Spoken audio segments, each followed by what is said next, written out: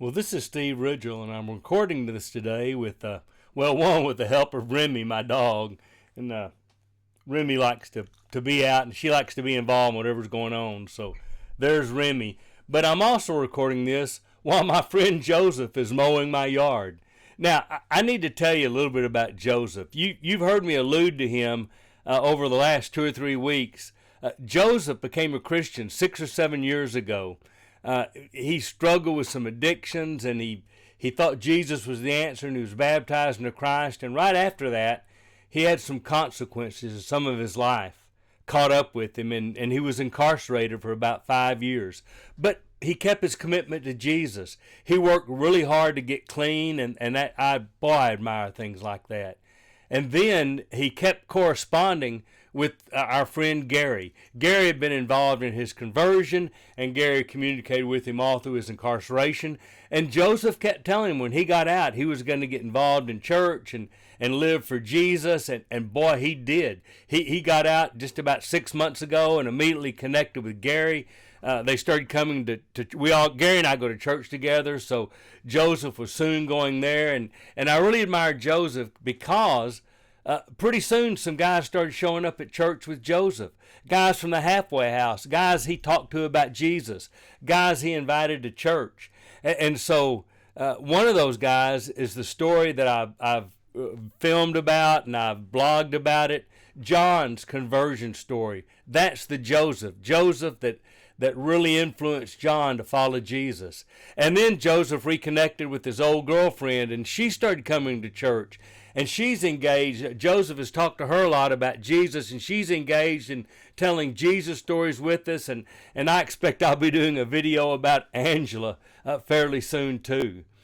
But the reason Joseph's mowing my yard, he kept saying, I want to do something for all that y'all do for me. And we kept saying, we do this because Jesus has been good to us.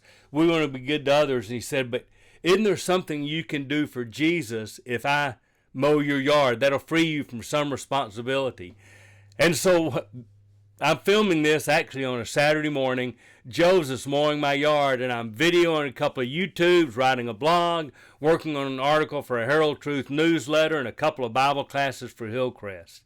And I'm getting a lot of work knocked out. And Joseph, he just wants to help people, and he wants to talk about Jesus. And I've thought a lot about John coming to Jesus, a lot because of Joseph's influence. Angela talking about Jesus, a lot because of Joseph's influence.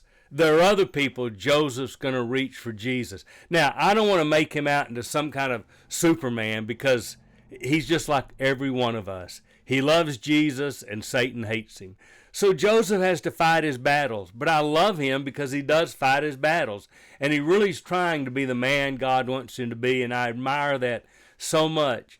And I've thought a lot about, people that have been Christians 10, 20, 30, 40, 50 years and haven't talked to as many people about Jesus as Joseph has.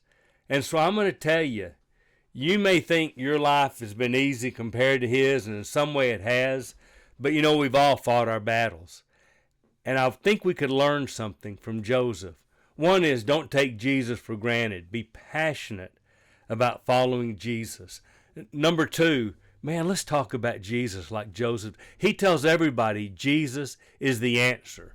And he helped. Now, we help Joseph some, but he helps us a lot.